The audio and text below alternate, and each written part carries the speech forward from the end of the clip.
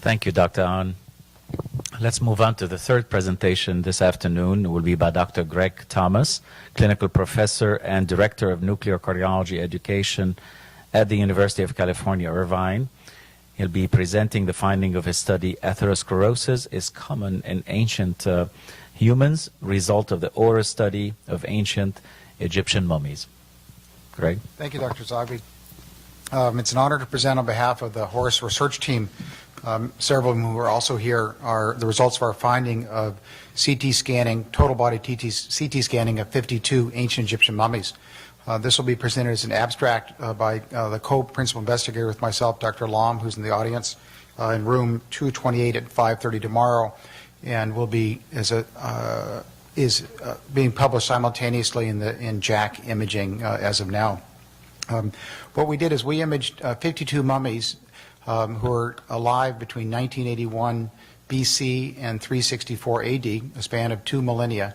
45 of these mummies were housed at the Cairo Museum, also known as the Museum of Antiquities, at Tahrir Square in Cairo, right where the revolution took place, actually. The 6 of the mummies were ancient Egyptians that were scanned at the Bowers Museum in Santa Ana, California, and 1 was scanned at the Nelson Atkins Museum in Kansas City for a total of 52.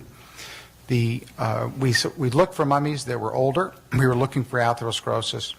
Our hypothesis, or our aim, was to determine if these mummies had atherosclerosis, and if so, did they have coronary artery disease or arteries in the blockages, arteries to the heart or the brain, for example. We hypothesized that calcification, which is part of the aging process of atherosclerotic plaque, might still be there.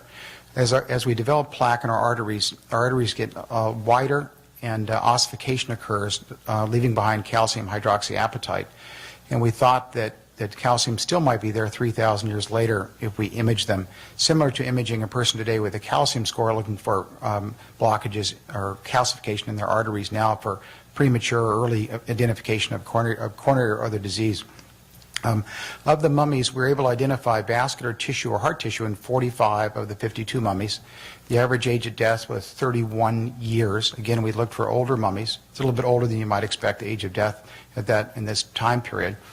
Of these 45 mummies, 20 of them had atherosclerosis, so 45%.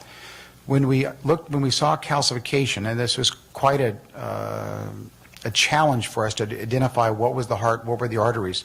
When we saw an artery and we saw calcification in the artery wall, we call that definite atherosclerosis, and that was seen in 12 of our mummies. And 8 of the mummies had calcification where the artery should have been along the path of the artery, but the artery had dissolved over the thousands of years. Men and women had a similar amount of atherosclerosis in that among those 20 with atherosclerosis. The average age of death of those who had atherosclerosis was 45. The average age who didn't have atherosclerosis was 34. And in fact, as we looked at age, there was a 10% increase, a relative increase by every year of atherosclerosis. So the young patients generally didn't have it. The older patients often did. Using 40 as a cutoff, for example, about half of the mummies were less than 40, half more than 40. Vascular disease was seen in approximately 20% of the mummies less than 40 and approximately 60% of those mummies over 40. We looked at the extent of vessel disease as well. We previously published that atherosclerosis was present in November of 2009 at the American Heart Meeting and presented in JAMA. The difference between the previous work we did, this shows the extent and severity of atherosclerosis rather than just the presence. We also looked at the arteries of the heart and to the brain, the carotids and coronary arteries in this second study. In doing so, of the mummies over 40, half of those had disease in more than one vessel bed. We looked at the carotids, the coronaries, the aorta, the iliacs, and then the arteries down in the leg. So the mummies who are older 40 very often had multiple vessels involved, and the mummies who are less than 40 only had one vessel bed involved. Ultimately, through a series of Saturday Skype calls over 6 months, we were able to determine what we were looking at. We didn't understand what we were looking at when we saw the heart initially, but by looking at scan over these mummies, we were able to determine what was the heart tissue, for example. And ultimately, we did find 2 mummies who had definite atherosclerosis in their coronary arteries, the arteries that supply the heart. One of them was a mummy who lived in 1550 BC, and her name was actually, our Egyptologist just let us know her name today, and she is a Princess Amrose Marat Amon, spelled A-H-M-O-S-E, new word M-E-Y-R-E-T, last word A-M-O-N. And she died in her 40s, around 1550 BCE, in the 17th dynasty, in the Second Intermediate Period. King Tutankhamun, for example, lived in the New Kingdom, which came after the Second Intermediate Period by several hundred years. And this princess was the sister of Queen Amrose Nefertari. The other mummy that had definite coronary disease had left coronary disease, and this mummy lived in the Ptolemaic period, which is between 304 and 30 BC.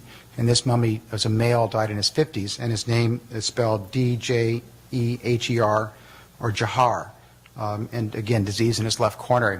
The mummy I mentioned earlier, the princess, had disease in the right coronary and the left coronary as well.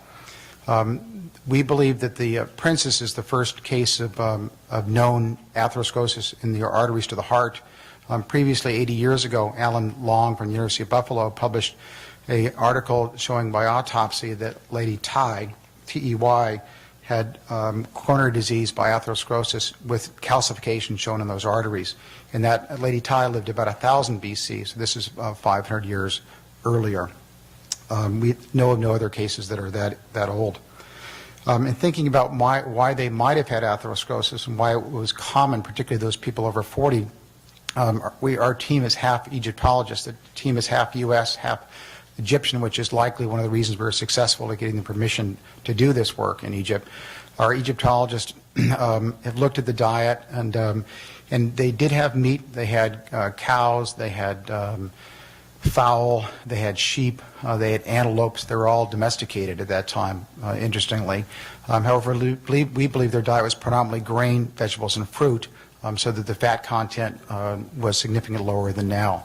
We don't know the cause of death of any of the mummies, although the extensive nature of the mummies, the atherosclerosis in several, suggest they may have had symptoms.